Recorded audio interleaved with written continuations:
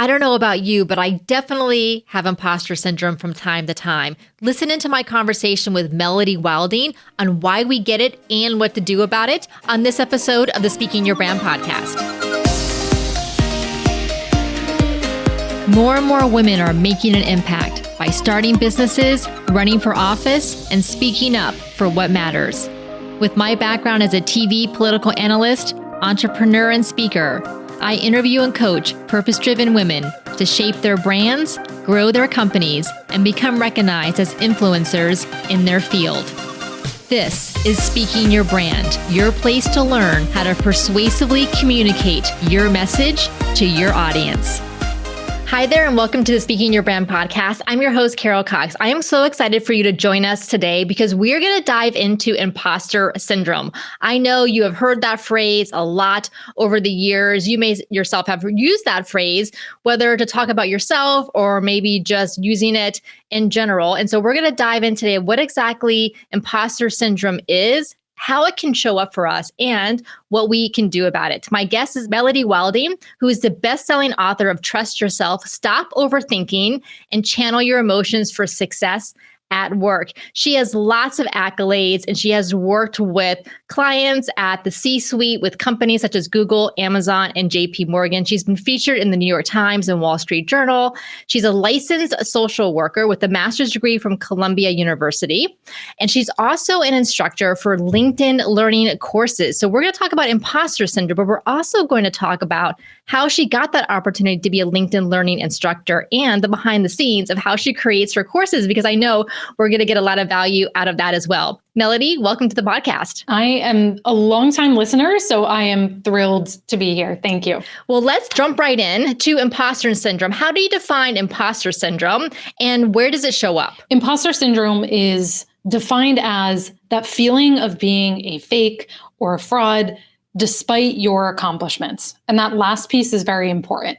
So people with imposter syndrome are typically very high achievers. They are accomplished. They have accolades and degrees and credentials, but they have trouble internalizing that success. And that's a hallmark of imposter syndrome too, that you have an ability to take in and recognize your accomplishments. So you end up feeling like you're never enough, or you enter into new situations and question whether you have what it takes to rise to the occasion. And where does that show up for us, Melody, in our lives and in our work? Oh my gosh, in so many different ways. I think particularly for the listeners of this podcast, it comes up a lot in maybe you get a gig and you think, I don't know if I belong on that stage. All of the other speakers are so much more accomplished and prestigious than I am. Who am I to be speaking for this company?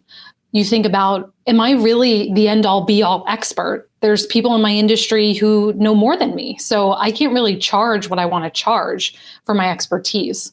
I know an issue I've really had to counter in my own speaking career is feeling like a one-hit wonder, feeling like, well, that gig went well, but the next one is when I'm going to blow everything and everyone's going to realize I actually have no idea what I'm doing. So not having that confidence that you can replicate your success next time. Oh, Melody. Okay, I have to go into that one because when you were first described imposter syndrome, I started to think about experiences I have had where it was the first time for me. So the first time I went on the TV news, the first time I did speak on a stage. And even though I was very, very nervous, my heart was beating out of my chest, but I didn't feel like an imposter in those situations. I figured I was invited. I'm just going to make the best out of it and I'll just do the best that I can. Yeah, when you said the part about the success not being able to be replicated, I'm like, that rings so true to me. I feel that way a lot. Like, oh, I did a great job at that speaking engagement, but surely I'm not going to be able to do great at the next one. Oh, yes. It's just waiting for the other shoe to drop. Sometimes it also feels like the more successful you become, sometimes the more imposter syndrome can become acute because the path to success is more ambiguous. It's not as clear cut what it means to be successful or the steps you have to take to get there. So as your business and as your career becomes more complex and you become more successful, things feel higher stakes, which can also exacerbate the feeling of feeling like a fraud. Does it tend to be women who are in mid-career feel this way more than younger people? It's interesting. There's not too much research on looking at age, but what's interesting is that imposter syndrome is pretty much equally felt between men and women. About 50% of people experience it on a daily or weekly basis. But of course, as women, we have other socialization layered on top of this. We hear things like, well, you shouldn't brag about your accomplishments. You shouldn't show off and don't post those types of things on LinkedIn. People are going to think you're big-headed or too big for your boots, or however the saying goes, right? So we have this extra conditioning that also leads us to not fully internalize what we're capable of and kind of push all of that away. I'm glad you mentioned that about it showing up equally between men and women, because I feel like, especially in the women entrepreneur circles that I've run in for a long time, that there's the belief that women suffer from imposter syndrome much more so than men do. Yeah. And listen, like I mentioned, there is socialization. There's also a racial component to this. If you are the only person in the room who looks like you or who speaks in the way you do, has your experiences, you are going to feel like you're different because you are. So being in a minority in whatever fashion can lead to feeling like I'm an outsider and I don't belong here. So it's very complex. Oh, that reminds me of a conversation that we had on this podcast not too long ago, where we had a group of women who had been our clients who all work in STEM fields. So very male dominated fields. And they talked quite a bit in that conversation about this idea of imposter syndrome and feeling like, well, how could they use their voice in a way where they could actually be heard? Yeah, exactly. And I think, as you were saying, when you go through an experience for the first time, that's not necessarily imposter syndrome. That's just having a normal response to something that is new and scary. It's a good sign that you feel nervous. You're excited about that opportunity. Imposter syndrome is when you have that fundamental belief, despite evidence to the contrary, that you can't do something.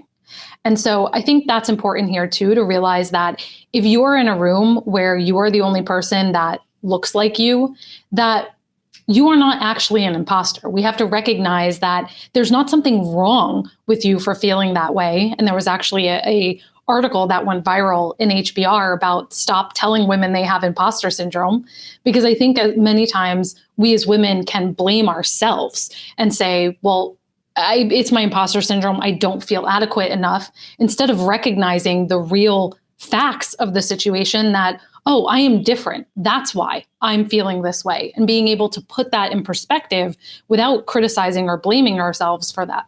Thank you for sharing that, Melody. And I'll make sure to include a link to that article in the show notes. And what the thought that comes to my mind is then what needs to change is who's in the room. So there's more people who look like each other. So you have that balance so that one person doesn't feel like they don't belong there. And, I am often asked to speak to companies on imposter syndrome. That is probably my number one topic that is requested. And what I have loved seeing is that at first, when I was talking about this years ago, it was all women's ERGs, women only audiences. And now that's very different. They're making them much more inclusive to anybody in the company who wants to come. And I think that's a very big step, again, from taking this away from just being a quote unquote women's issue and sort of blaming women for having imposter syndrome to normalizing this conversation. Oh, I'm so glad to hear that. Melody, before we hit record, you said something to me, which I know to be true for myself, that we teach what we most need to learn. So can you tell me about, when did you recognize that not only that you had imposter syndrome, but perhaps it was holding you back? Oh my gosh, I wish I could put my finger on the first time I experienced imposter syndrome, but I think it's been with me the majority of my life, always just feeling like the next shoe is going to drop and I'm going to be exposed, or I somehow tricked people that I'm smart and intelligent because I can be charming and I'm good at communicating and I can just get over on people. And I had battled with those thoughts. The earliest I can remember it is probably college. So I graduated as the valedictorian of my college class. And I remember sort of downplaying that because I didn't have the most difficult majors. I wasn't a biology or, physics major or anything like that. I was a psychology major. And I felt like I had tricked everyone into becoming the valedictorian.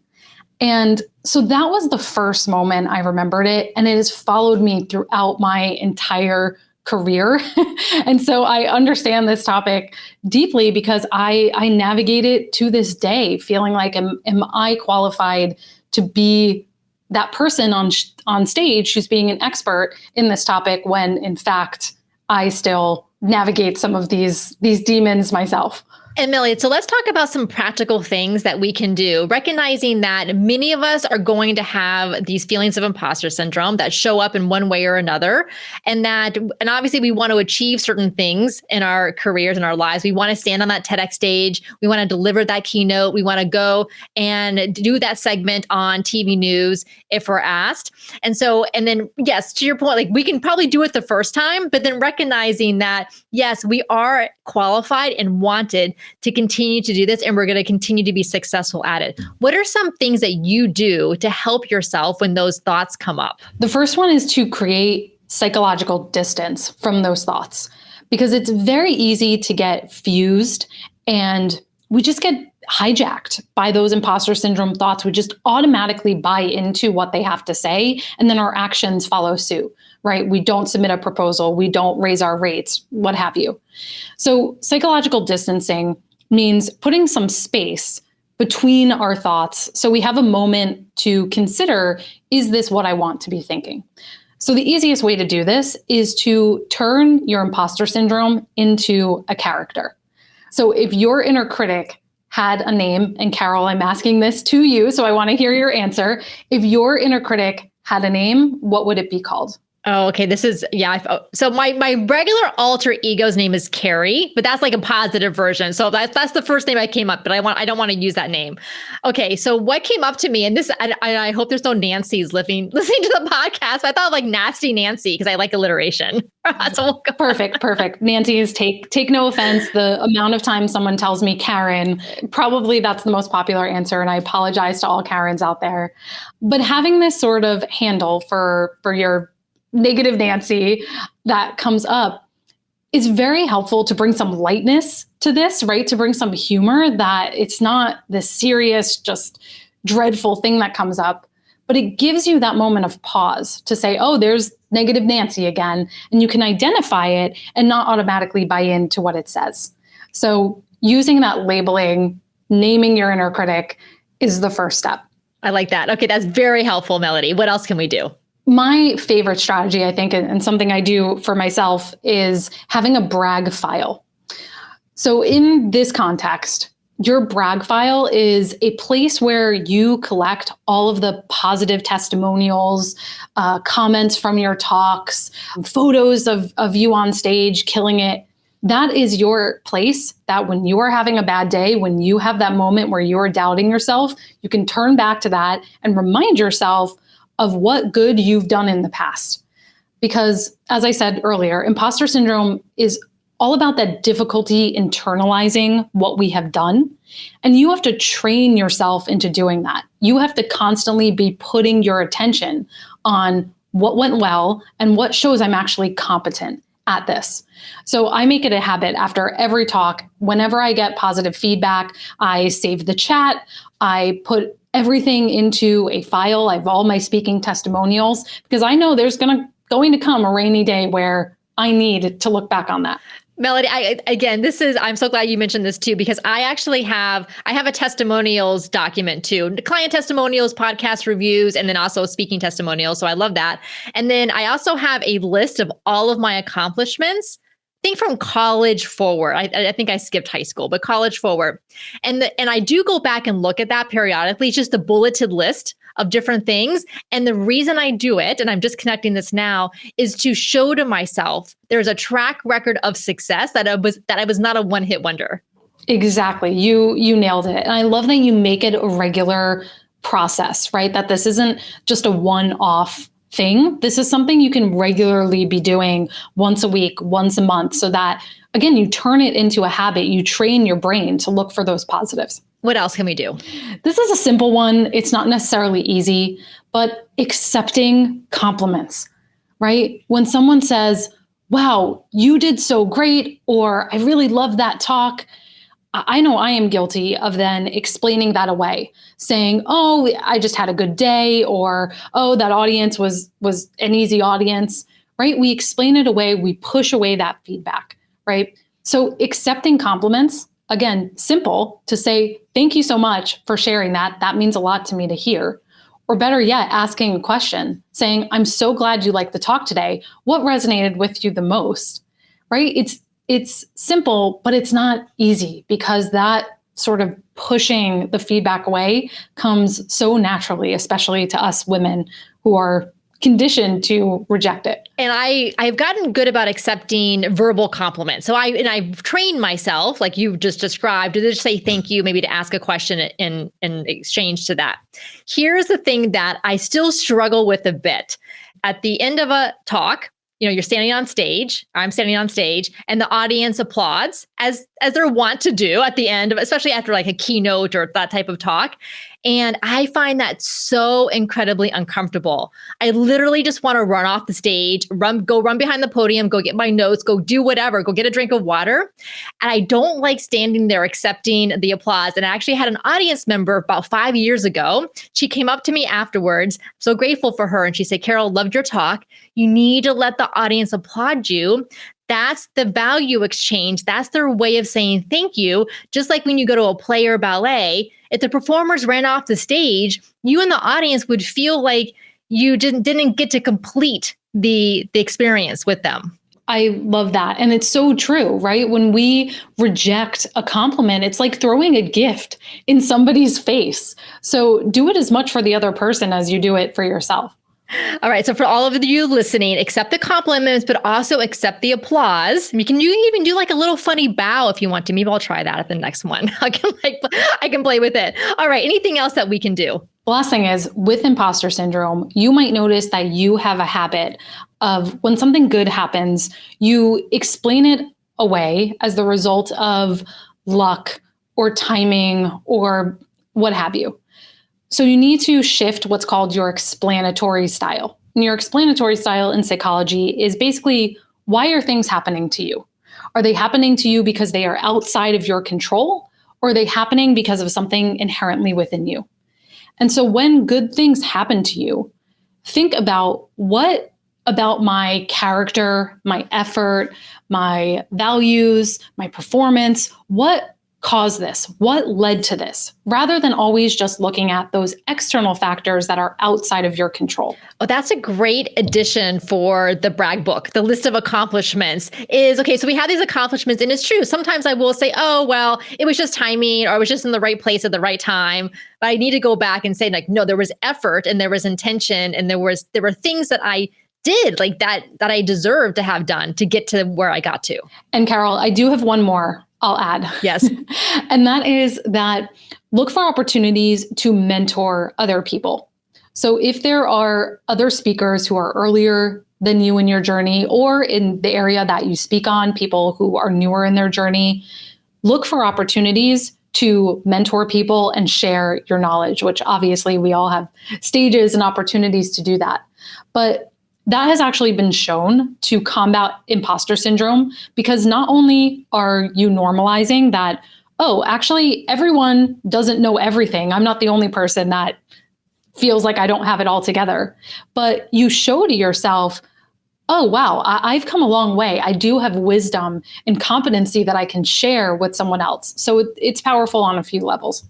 Oh, that also reminds me that, and this is one thing that when we work with the women in our Thought Leader Academy, we help them set their speaking fees, and we share some of the fees that we charge or other clients have charged, because we want them to know what going rates are. And we encourage them, as they get more experience, to raise their rates. And there's always a time and place for free speaking engagements. I did a whole podcast episode about that back in August of this year. But there's also a time as speakers where we need to charge and we need to raise our rates.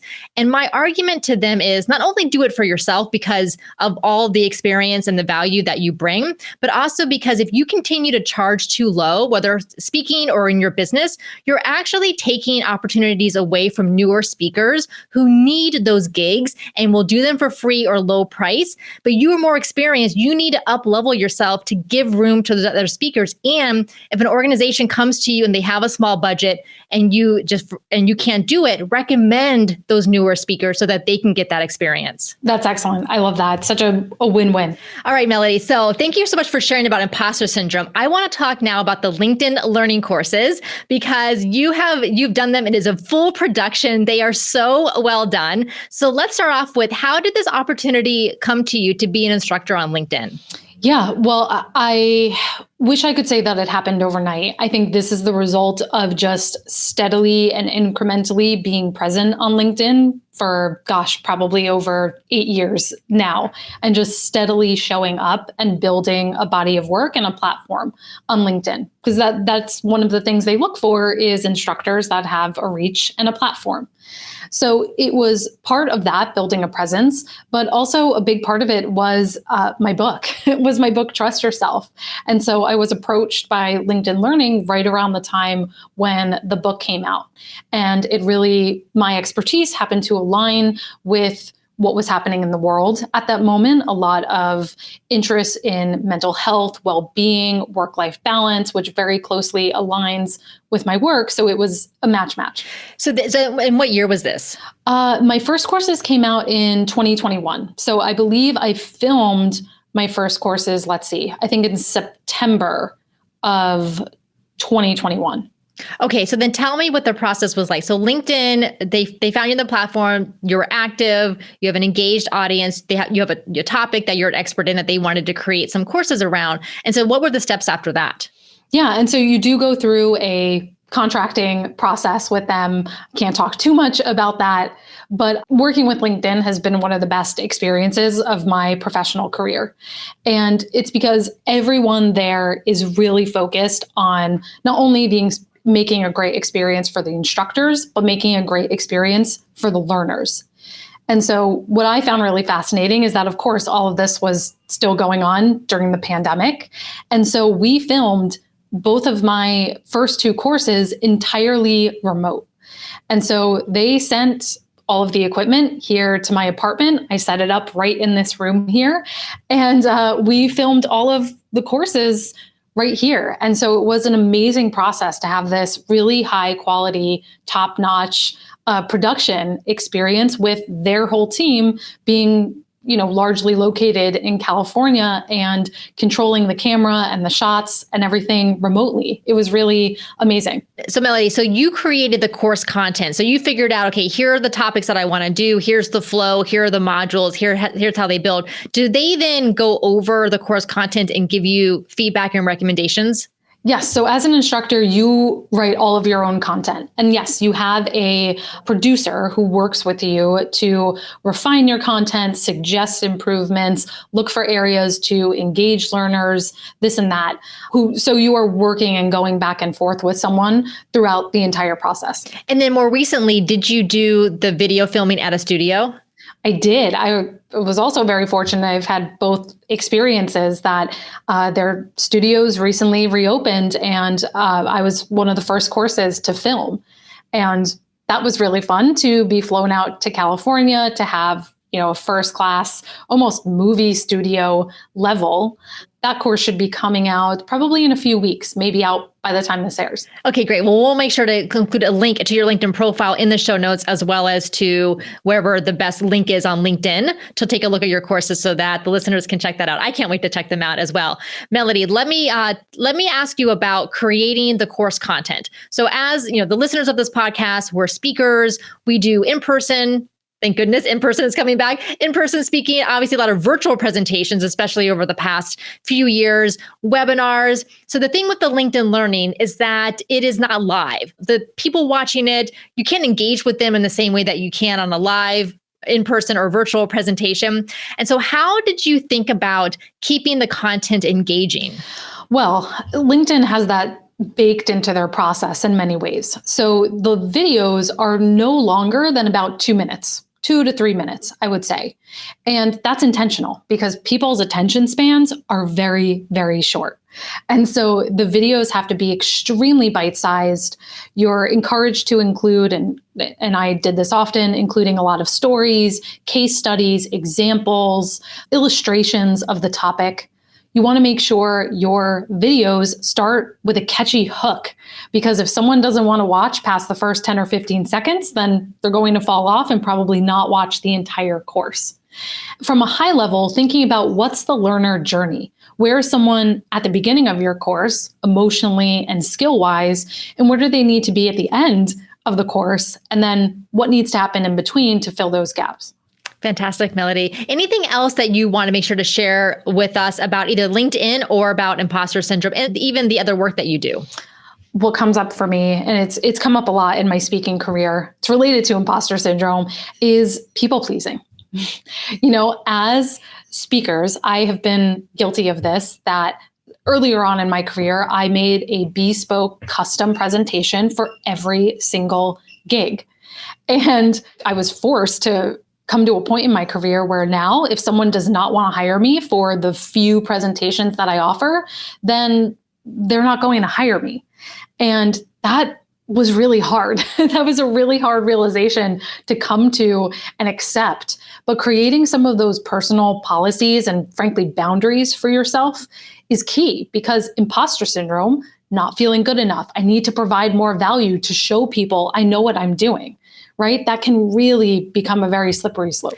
Yes, I hear you that. Now, I, of course, love creating presentations. Hence, that's why I started a business called Speaking Your Brand. But I, too, have dramatically narrowed down my presentation topics. And really, they're all the same thing. I just titled them or emphasize certain things versus the other, but most of the core content and examples are the same from presentation to presentation. And it actually will help to combat imposter syndrome, because you're going to get really, really, really good at delivering that content. Yes. And I think that has contributed to my confidence as a speaker the most, is that I feel more in command of my content when I get on stage. I think I know this front to back. If someone throws a question at me, I know what they're going to ask, rather than being spread so thin across so many different topics. Well, I have one more tip for those of you listening to combat imposter syndrome is take our speaker archetype quiz.